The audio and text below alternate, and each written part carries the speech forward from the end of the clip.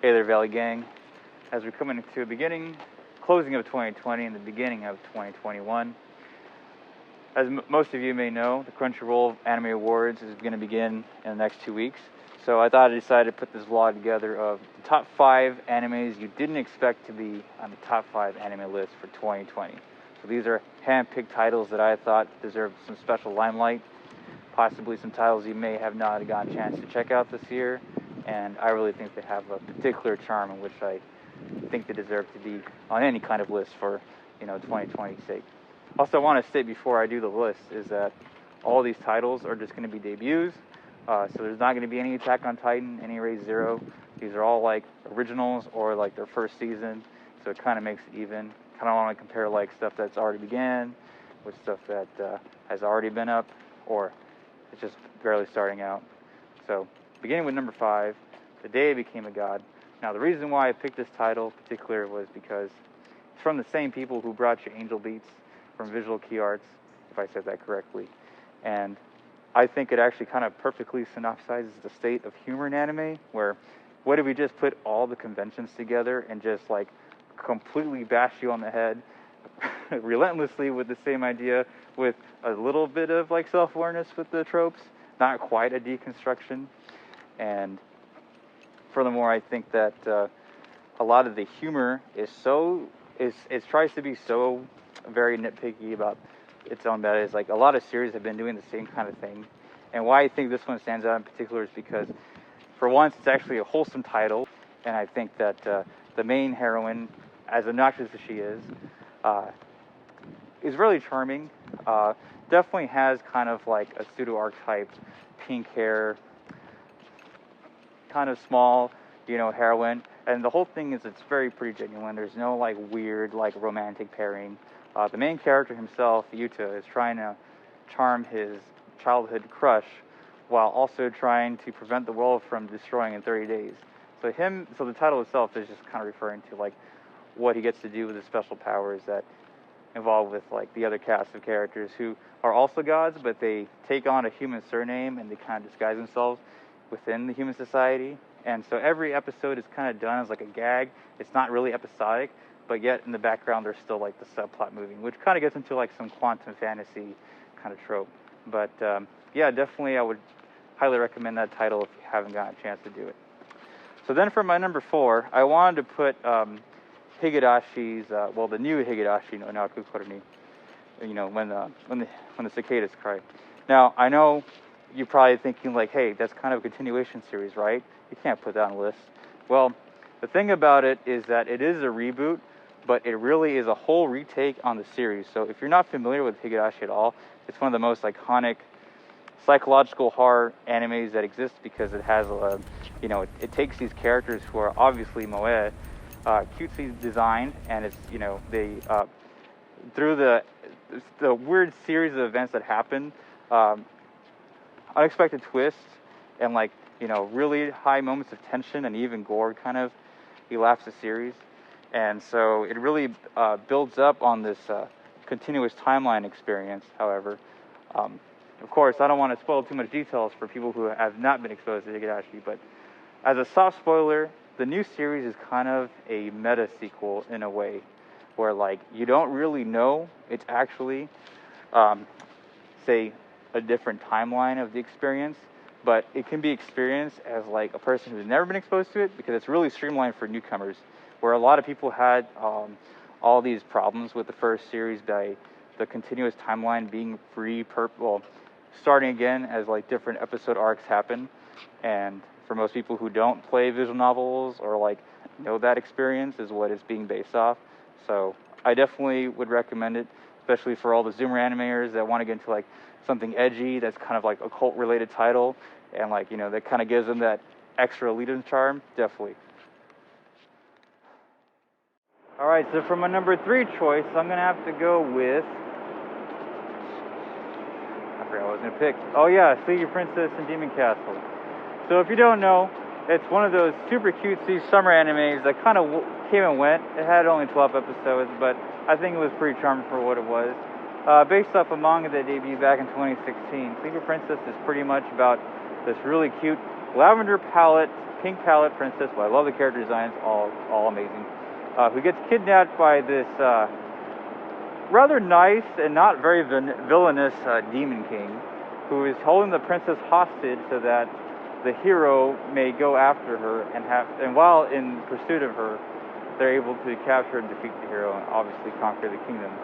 So it's pretty much like where the plot doesn't actually matter, and it's just like there as a premise for like the comedy to create the situation for the comedy to occur within, as most of these shows kind of are.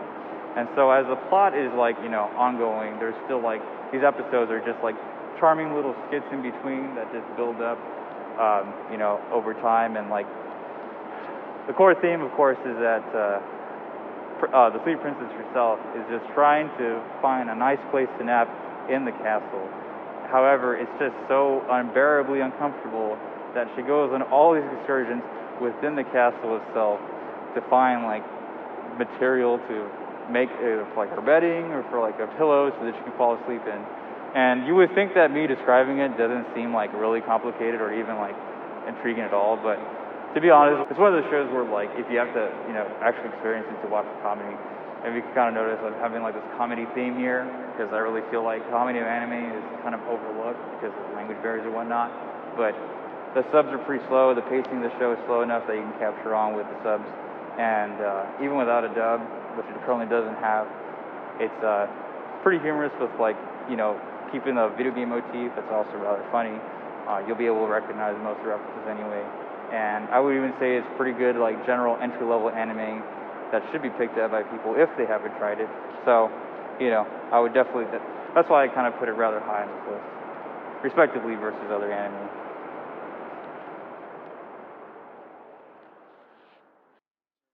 So for my number 2 choice is actually going to be quite an oddball choice, considering this list is already nothing but oddball wild cards. And you're probably going to argue with me and be like, hey, Valley Swerve, that's not anime. It wasn't produced in Japan. Blah, blah, blah. It's like, well, you know what? It's an anime to me. It deserves to be on this list. And it's from 2020, including the very first episode. So it totally counts. Now, the anime I'm picking for number 2 is Otaku Versus presents Otachan, episodes 1 through 3. Now, this is an independently funded Patreon subscribe project that's based off an original character by the channel Otaku Versus created, hence Otachan, and which actually, ironically, the first episode being called "This Anime Cost Us $10,000 to Make," because all the animation is gorgeous for what it's worth. Like, it's all 2D drawn. Otachan herself is a 2D illustrated VR anime girl who's obviously has voices by is voiced by like another amateur voice actress, YouTube personality, with like a lot of people kind of working the project. This is also like a way for them to promote their own merchandising, so it does feel like a very indie company kind of feel. It is just a bunch of skits. Every episode is just a small mini web series, and they just kind of make fun of like random otaku motifs that everyone can relate to, like gambling on gacha builds and just like quirky like otaku hikimorism of just being isolated from society and whatnot. And you would think that these tropes would actually already be like done to death in the comedy, but getting them from like a Western made branding and still emulating that Japanese anime style to like the degree that it's worth, like I would just say that it's pretty impressive on its own. So definitely I would have to recommend that one if you're not. I even said in a post previously on my Instagram story that Otachan is saving, or Otaku Versus is like forever pushing more of the anime boundary that already exists. So I'll make sure to hyperlink all these series that I'm mentioning below, just so that in case you can't find them and whatnot. So I just want to touch up real quick before I hit number 1 with some honorable mentions. Now these were still pretty alright, I just didn't want to make it on my list personally. My first honorable mention would be Gal and Dino, which is a kind of like a Pop Team Epic series of shorts, which are unfortunately a little too low budget for me to really recommend on a higher level, but it's just about like a gal, as you know, the gal culture in Japan, who comes down to her apartment one day with a dinosaur, literally just referred to as Dino, as they have like cutesy little tidbit adventures and kind of like surreal skits of humor. Like I said, in the style of Top Team Epic, but just not quite as good. The real charm, however, is just the art style, because it's all seems to be drawn in a, like, you know, digital animated like platform. But like I said, it's just only the aesthetic really is super appealing. The animation, if it even has, is super purposely choppy and no budget, and you can kind of see how like the bane of COVID has just, you know, made things rather difficult in the animation industry, and for sure that title definitely sums it up. Other honorable mention, I would say, would probably be, I guess, literally any of the seasonal follow-ups. Now, I purposely didn't put them on my list just because I want to give more attention to like newer series. But yeah, I would have to say my favorite continuation so far had been Raid Zero Season 2, because purposely it doesn't have Rem in the series, and I am not a big Rem fan. Always been an Amelie stan, and actually the series can kind of progress with better characters, and everyone else seems to be more favorable in my opinion. That might be a hot take for some more general anime fans, but that's just how I feel. Attack on Titan final season is rather breathtakingly well animated, well executed. Not a complete series yet, so even if I wasn't doing just opener animes alone, it still wouldn't be complete for me to actually put on the list, as I'm trying to keep it to like complete series on debut.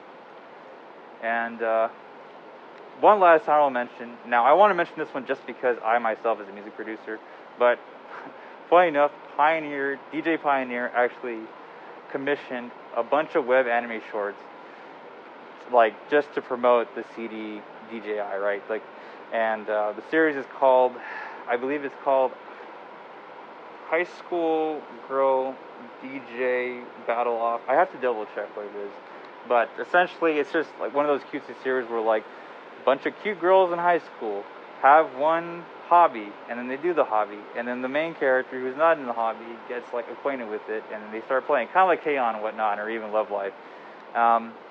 It's only CGI animated with like, you know, rotoscope CGI models of the characters, and it's animated like that. So yeah, no hand drawing there, and as you can tell, like most animes have been going that direction for, you know, budget's sake. However, it does try to have a very fluid animation within that medium.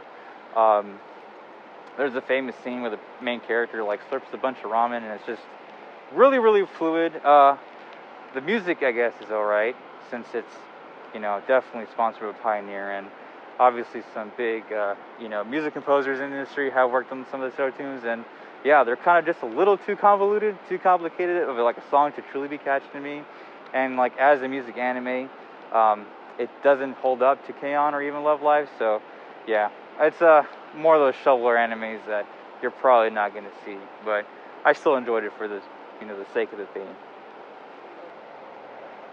Alright, so for my number one choice of my top 5 anime of the year, because I was going to put anime that I only watch, and that's why this title is called Animes You Didn't Expect, is actually a title you already know.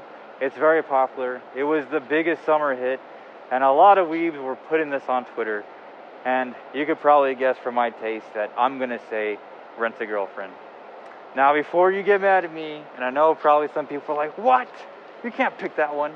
So I chose Rent a Girlfriend as my number one, mainly for the reason that it was the only anime, not just this year, but it was probably the only anime in the last 5 years, and I'm even including Angel Beats because I saw that rather late, to actually make me cry.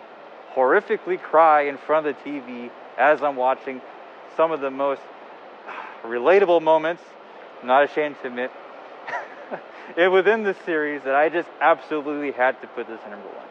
And obviously I have another constructive reason why I had to put it, because I think that even though Rent a Girlfriend does play a lot on very conventional tropes within the romantic, rom-com, slice of life, and dare I say, harem subset genre, it does enough to be not really self-aware, but twisting the tropes on itself that does something like completely whack. Like the premise alone is just, you know, it's just like it's already outrageous as it is like a main character who gets broken up with his first, well, significant girlfriend in a college setting, and only for a month. And what's the first thing he does? He's gonna simp, right? He's actually he goes to downloads an app and rents a girlfriend. Hence, that's what it is. Because this is kind of like a commodity trend that happens in Japan, and it was only about time that someone was gonna make a series based off of this.